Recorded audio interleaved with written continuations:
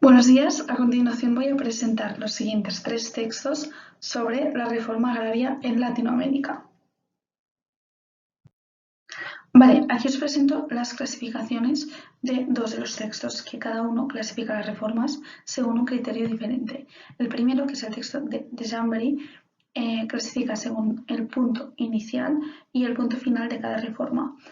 A continuación hay una tabla que lo explicará mejor, pero básicamente los puntos iniciales y finales pueden ser tres. El latifundio precapitalista, que se caracteriza por grandes tierras dominadas por grandes élites que a su vez dominan el Estado, y tiene relaciones precapitalistas que se basan en métodos esclavistas, como por ejemplo la parceria, en la que el trabajador tiene una deuda con el dueño muy grande y se ve obligado a seguir trabajando para pagarla.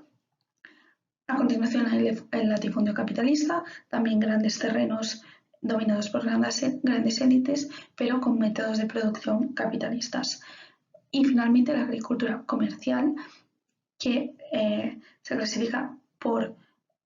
caracteriza por los métodos capitalistas, pero por la existencia de una pequeña burguesía que tiene las tierras y no hay tanta presencia de las élites capitalistas. Entonces, el control del Estado también está ejercido por estas burguesías más pequeñas, por lo cual el sistema es mucho más democrático.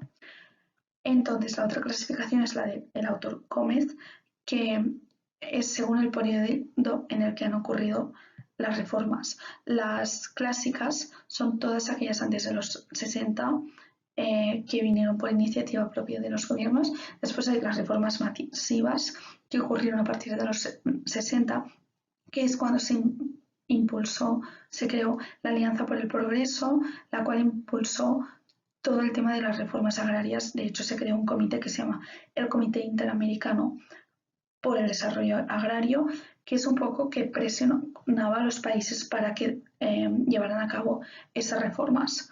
Entonces, hubo muchos países que implementaron medidas en este periodo. Y finalmente hay las reformas tardías, que son los países que, por lo que sea, por el contexto político del momento o algún otro motivo, no implementaron las reformas hasta pasados unos años. Vale. Esta tabla nos muestra la clasificación de Jambry, que es difícil de transmitir sin esta tabla. Entonces, aquí en el eje vertical, estas tres casillas de aquí nos muestran las posibles posiciones iniciales antes de la reforma. Entonces hay el latifundio precapitalista, el latifundio capitalista y la agricultura comercial, que es como yo he traducido este concepto. Entonces aquí vemos cómo los dos latifundios se caracterizan por el control del Estado por parte de una élite, mientras que la agricultura comercial se caracteriza por el control del Estado de una burguesía. Por lo tanto, es más democrático el sistema. Y por otro lado, en el eje horizontal de aquí arriba tenemos los posibles como puntos finales de la reforma, que son los mismos: un latifundio precapitalista, un latifundio capitalista y la agricultura comercial. Entonces, muchas de las reformas ocurridas en el último siglo están clasificadas aquí.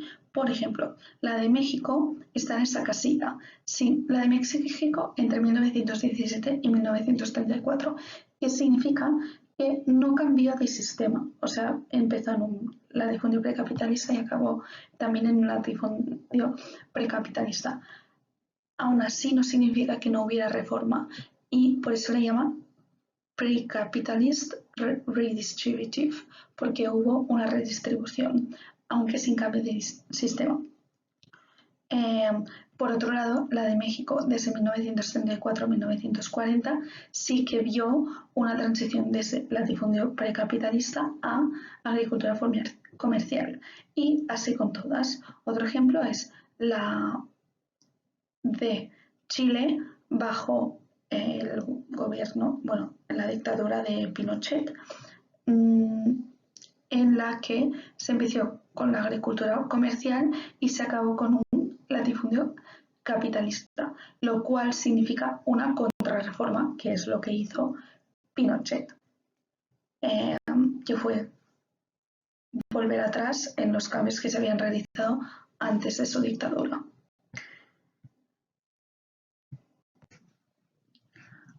Vale, a continuación os muestro una tabla clasificando las reformas según la clasificación de Gómez, que según el periodo. Ya he explicado antes en qué consiste cada periodo. Explico 2 o 3 curiosidades.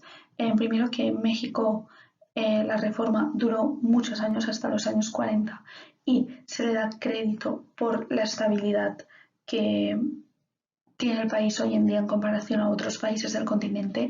Aún así, tuvo poco impacto en el desarrollo, pero sí que bastante impacto político.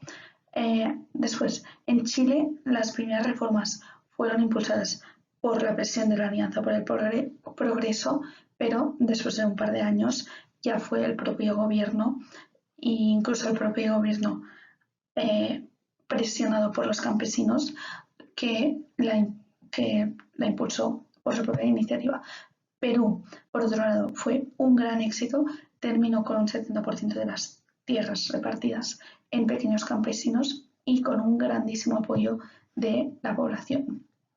Y finalmente Brasil pone 1963 porque eso es cuando se efectuaron los primeros cambios, pero los cambios más intensivos vinieron después del periodo de reformas masivas.